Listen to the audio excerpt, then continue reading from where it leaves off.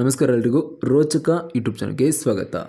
ಕರ್ನಾಟಕದ ಮಾಜಿ ಮುಖ್ಯಮಂತ್ರಿ ಹರದನಹಳ್ಳಿ ದೇವೇಗೌಡ ಕುಮಾರಸ್ವಾಮಿ ಎಚ್.ಡಿ. ಕುಮಾರಸ್ವಾಮಿ ಅವರು ಜೂನ್ 9ನೇ ತಾರೀಕು ಪ್ರಧಾನಿ ನರೇಂದ್ರ ಮೋದಿ ಅವರ ಹೊಸ ಸಂಪುಟದಲ್ಲಿ ಕೇಂದ್ರ ಸಚಿವರಾಗಿ ಪ್ರಮಾಣ ವಚನ ಸ್ವೀಕಾರ ಮಾಡಿದರು. ಇತ್ತೀಚೆಗೆ ನಡೆದ 2024ರ ಲೋಕಸಭಾ ಚುನಾವಣೆಯಲ್ಲಿ ಮಾಜಿ ಸಿಎಂ ಕುಮಾರಸ್ವಾಮಿ ಅವರು ರಾಷ್ಟ್ರೀಯ ಪ್ರಜಾಸತ್ತಾತ್ಮಕ ಒಕ್ಕೂಟದ ಅಂದರೆ NDA ಅಭ್ಯರ್ಥಿಯಾಗಿ ಸ್ಪರ್ಧಿಸಿದರು. ಕುಮಾರಸ್ವಾಮಿ ಅವರು ಕರ್ನಾಟಕದ ಮಂಡ್ಯ ಲೋಕಸಭಾ ಕ್ಷೇತ್ರದಿಂದ 8,51,881 ಮತಗಳನ್ನ ಗಳಿಸಿ ಗೆಲುವನ್ನು ಸಾಧಿಸಿದರು. ಅವರ ಈ ವಿಜಯ ಏನಿದೆ 2,84,620 ಮತಗಳ ಭಾರೀ ಅಂತರದಿಂದ ಬಂದಿತ್ತು. ಎಚ್.ಡಿ. ಕುಮಾರಸ್ವಾಮಿ ಅವರು ತಮ್ಮ ತಂದೆ ಎಚ್.ಡಿ. ದೇವೇಗೌಡರ ಹಾದಿಯಲ್ಲಿ ರಾಜಕೀಯಕ್ಕೆ ಬಂದವರು. ಅವರು ಜನತಾದಳ ಪಕ್ಷದೊಳಗೆ ಅತ್ಯಂತ ಪ್ರಾಮುಖ್ಯತೆಯನ್ನು ಪಡೆದಂಥ ವ್ಯಕ್ತಿ. ಕರ್ನಾಟಕ ರಾಜಕೀಯದಲ್ಲಿ ಪ್ರಮುಖ ವ್ಯಕ್ತಿಯಾಗಿ ಗುರುತಿಸಿಕೊಂಡವರು. ಅವರು ನಿರ್ವಹಿಸಿದ ಪ್ರಮುಖ ಸ್ಥಾನಗಳಲ್ಲಿ ಫೆಬ್ರವರಿ 2006ರಿಂದ ಅಕ್ಟೋಬರ್ 2007ರ ತನಕ ಕರ್ನಾಟಕದ 18ನೇ ಮುಖ್ಯಮಂತ್ರಿಯಾಗಿ ಸೇವೆ ಸಲ್ಲಿಸಿದರು.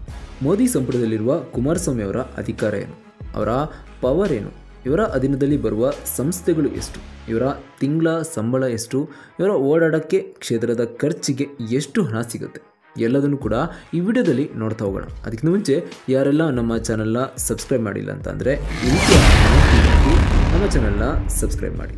2 ಬಾರಿಯ ಮುಖ್ಯಮಂತ್ರಿ ಮತ್ತು 5 ಬಾರಿ ಶಾಸಕರಾಗಿದ್ದ JDS ನಾಯಕ ಎಚ್.ಡಿ. ಕುಮಾರಸ್ವಾಮಿ ಅವರು ಕಳೆದ ವರ್ಷವಷ್ಟೇ BJP ನೇತೃತ್ವದ NDAಗೆ ಸೇರ್ಪಡೆಗೊಂಡಿದ್ದರು. ಕೇಂದ್ರ ಸಚಿವ ಸಂಪುಟದಲ್ಲಿ ಸ್ಥಾನ ಪಡೆಯುವ ಮೂಲಕ ಮತ್ತೊಮ್ಮೆ ತಮ್ಮ ರಾಜಕೀಯ ಚಾಣಾಕ್ಷತೆಯನ್ನು ತೋರಿಸಿದರು. 1999ರಲ್ಲಿ ಸ್ಥಾಪನೆಯಾದ ಸಮಯದಿಂದ JDS ಕರ್ನಾಟಕದಲ್ಲಿ ಎಂದಿಗೂ ಸ್ವಂತವಾಗಿ ಸರ್ಕಾರವನ್ನು ರಚನೆ ಮಾಡಲೇ ಇಲ್ಲ. ಆದರೆ ಕಿರಿಯ ಪಾಲುದಾರರಾಗಿದ್ದರೂ ಕೂಡ 2 ರಾಷ್ಟ್ರೀಯ ಪಕ್ಷಗಳ ಒಕ್ಕೂಟದಲ್ಲಿ 2 ಬಾರಿ ಅಧಿಕಾರದಲ್ಲಿತ್ತು.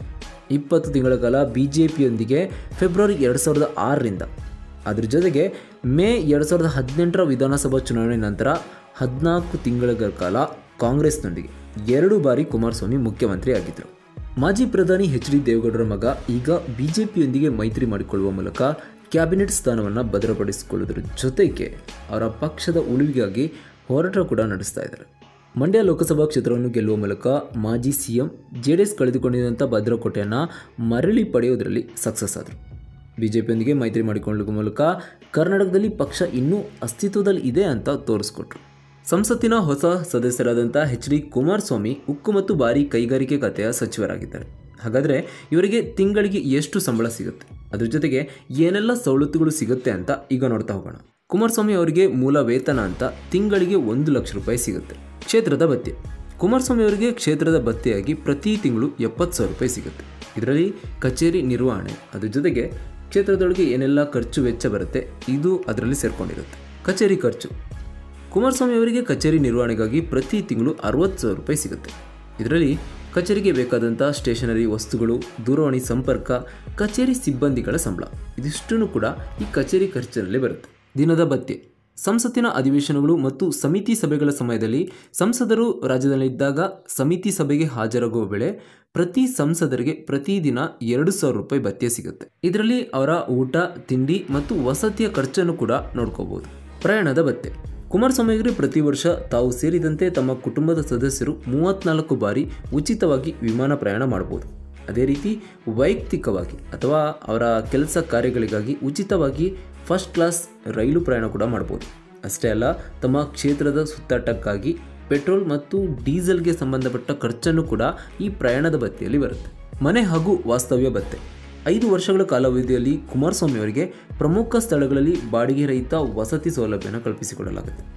ಕುಮಾರಸ್ವಾಮಿ ಅವರಿಗೆ ಬಂಗ್ಲೆ, ಫ್ಲ್ಯಾಟ್ ಅಥವಾ ಹಾಸ್ಟೆಲ್ ರೂಮ್ಗಳನ್ನು ಕೂಡ ಪಡ್ಕೋಬೋದು. ಒಂದು ವೇಳೆ ಕುಮಾರಸ್ವಾಮಿ ಅವರಿಗೆ ಅಫಿಷಿಯಲ್ ಆಗಿ ಸರ್ಕಾರ ಕೊಟ್ಟಂಥ ನಿವಾಸವನ್ನು ಬಳಸಲು ಇಷ್ಟಪಡದೇ ಇದ್ದರೆ ಅವರಿಗೆ ಪ್ರತಿ ತಿಂಗಳು ಹೌಸಿಂಗ್ ಭತ್ಯೆಯಾಗಿ 2 ಲಕ್ಷ ರೂಪಾಯಿ ಸಿಗುತ್ತೆ. ಔಷಧೋಪಚಾರ ಭತ್ಯೆ, ಕುಮಾರಸ್ವಾಮಿ ಮತ್ತು ಕುಮಾರಸ್ವಾಮಿ ಅವರ ಕುಟುಂಬ ಸದಸ್ಯರು ಸೆಂಟ್ರಲ್ ಗೌರ್ಮೆಂಟ್ ಹೆಲ್ತ್ ಸ್ಕೀಮ್ನಡಿ ಉಚಿತ ಔಷಧಿ ಮತ್ತು ಹಾಸ್ಪಿಟಲ್ ಸೌಲಭ್ಯವನ್ನು ಪಡೆಯಬಹುದು. ಈ ಯೋಜನೆಯಡಿ ಸರ್ಕಾರಿ ಅಥವಾ ಕೆಲವೊಂದಷ್ಟು ಆಯ್ದ ಖಾಸಗಿ ಆಸ್ಪತ್ರೆಗಳಲ್ಲಿ ಈ ಸೌಲಭ್ಯವನ್ನು ಪಡೆಯಬಹುದು. ಪಿಂಚಣಿ, ಕುಮಾರಸ್ವಾಮಿ ಒಂದು ಅವಧಿಗೆ ಸಂಸದರಾಗಿ ಅವರ ಅವಧಿ ಮುಗಿದ ನಂತರ ಪ್ರತಿ ತಿಂಗಳು 25,000 ರೂಪಾಯಿ ಪಿಂಚಣಿ ಸಿಗುತ್ತೆ. ಒಂದು ವೇಳೆ ಕುಮಾರಸ್ವಾಮಿ ಅವರು ವರ್ಷದ ಹೆಚ್ಚುವರಿ ಕೆಲಸಕ್ಕಾಗಿ ಪ್ರತಿ ತಿಂಗಳು 2,000 ರೂಪಾಯಿ ಹೆಚ್ಚುವರಿಯಾಗಿ ಸಿಗುತ್ತೆ. ದೂರವಾಣಿ ಮತ್ತು ಇಂಟರ್ನೆಟ್ ಭತ್ಯೆ, ಕುಮಾರಸ್ವಾಮಿ ಅವರಿಗೆ ವಾರ್ಷಿಕವಾಗಿ 1,50,000 ಉಚಿತ ಕರೆ ಮಾಡೋದಕ್ಕೆ ಅವಕಾಶವಿರುತ್ತೆ. ಅದೇ ರೀತಿ ಉಚಿತ ಹೈಸ್ಪೀಡ್ ಇಂಟರ್ನೆಟ್ ಸೌಲಭ್ಯ ಕೂಡ ಇರುತ್ತೆ. ಈ ಸೌಲಭ್ಯ ಮನೆ ಮತ್ತು ಕಚೇರಿ ಎರಡಕ್ಕೂ ಕೂಡ ಈ ಸೌಲಭ್ಯವನ್ನು ಒದಗಿಸಲಾಗುತ್ತೆ. ನೀರು ಮತ್ತು ವಿದ್ಯುತ್ ಸೌಲಭ್ಯ. ಕುಮಾರಸ್ವಾಮಿ ಅವರಿಗೆ ವಾರ್ಷಿಕವಾಗಿ 50,000 ಯೂನಿಟ್ವರೆಗೆ ಉಚಿತ ವಿದ್ಯುತ್ ಸಿಗುತ್ತೆ. ಅದರ ಜೊತೆಗೆ 4,000 ಲೀಟರ್ ಉಚಿತ ನೀರನ್ನು ಕೂಡ ಪಡೆಯಬಹುದು. ಮಾಜಿ ಸಿಎಂ ಕುಮಾರಸ್ವಾಮಿ ಉಕ್ಕು ಮತ್ತು ಭಾರೀ ಕೈಗಾರಿಕೆ ಇಲಾಖೆಯ ಸಚಿವರಾಗಿದ್ದಾರೆ. ಹೀಗಾಗಿ ಇಡೀ ಇಲಾಖೆ ಮೇಲೆ ಕುಮಾರಸ್ವಾಮಿ ಕಂಟ್ರೋಲ್ ಇರುತ್ತೆ. ಇವರ ಅಧೀನದಲ್ಲಿ 40 ಸಂಸ್ಥೆಗಳು ಮತ್ತು ಅದರ ಅಂಗಸಂಸ್ಥೆಗಳು ಬರುತ್ತೆ. ಈ ಕೈಗಾರಿಕಾ ಸಂಸ್ಥೆಗಳು ಸಾರ್ವಜನಿಕ ವಲಯದಲ್ಲಿ ಬರುತ್ತೆ. ಇವುಗಳನ್ನು ಅಭಿವೃದ್ಧಿಪಡಿಸುವುದು, ವಿಸ್ತರಣೆಗೆ ಕ್ರಮ ಕೈಗೊಳ್ಳುವುದು, ವಿದೇಶಿ ಬಂಡವಾಳ ಮತ್ತು ಆಕರ್ಷಣೆಗೆ ಕ್ರಮ ಕೈಗೊಳ್ಳುವುದು ಇದು ಇವರ ಕೆಲಸ ಆಗಿರುತ್ತೆ. ಅದರ ಜೊತೆಗೆ ಕೈಗಾರಿಕೆಗಳ ನಿಯಮಗಳು, ರೂಪುರೇಷೆಗಳನ್ನ ಕೂಡ ಸಿದ್ಧಪಡಿಸುವುದು ಇವರದ್ದೇ ಜವಾಬ್ದಾರಿ ಆಗಿರುತ್ತೆ. ಅಷ್ಟೇ ಅಲ್ಲದೆ ಕಾಲಕಾಲಕ್ಕೆ ಬೇಕಾದ ಕಾನೂನುಗಳನ್ನ ಜಾರಿಗೆ ತರೋದಕ್ಕೆ ಸರ್ಕಾರವನ್ನು ಒತ್ತಾಯಿಸೋದು ಕೂಡ ಇವರದ್ದೇ ಕೆಲಸ. ಇದಿಷ್ಟು ಇದೇ ಮೊದಲ ಬಾರಿಗೆ ಕೇಂದ್ರ ಸರ್ಕಾರದಲ್ಲಿ ಸಚಿವ ಸ್ಥಾನವನ್ನು ಪಡೆದುಕೊಂಡಂಥ ಕುಮಾರಸ್ವಾಮಿ ಅವರ ಸಂಬಳ ಮತ್ತು ಅವರ ಅಧಿಕಾರದ ವಿವರ. ಈ ವಿಡಿಯೋ ಇಷ್ಟ ಆದರೆ ಈ ವಿಡಿಯೋಗೊಂದು ಲೈಕ್ ಕೊಡಿ. ಅದರ ಜೊತೆಗೆ ನಿಮ್ಮ ಅನಿಸಿಕೆ ಮತ್ತು ಅಭಿಪ್ರಾಯ ಏನೆಂಬುದನ್ನು ನಮಗೆ ಕಮೆಂಟ್ ಮೂಲಕ ತಿಳಿಸಿ. ಧನ್ಯವಾದಗಳು.